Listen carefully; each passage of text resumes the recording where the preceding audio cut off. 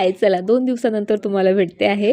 खरं तर लग्नाची स्टोरी एंड केली आणि त्यानंतर आम्ही गावी गेलो होतो. 2 दिवस तिकडे मस्त एन्जॉय केलं. लवकरच त्याचे व्हिडिओ येतील आणि हा व्हिडिओ काही दिवसापूर्वीचा आहे. म्हटलं छान आयडिया आहे, तुमच्यापर्यंत पोहोचली पाहिजे. सो भरपूर म्हणजे लाडीगोडी लावून साहेबांनी हे मला कलर्स फायनली आणून दिले. त्यानंतर हे जे मॅग्नेट्स आहेत, फ्रीज मॅग्नेट्स, हे मी ऑनलाईन बोलवले होते मिशोवरून. सो त्याला कलर दिला. त्यानंतर ते रात्रभर सुकू दिले. दुसऱ्या दिवशी वॉलपुट्टीचे छान छान छोटे छोटे चेहरे केले, त्यांना कलर केला.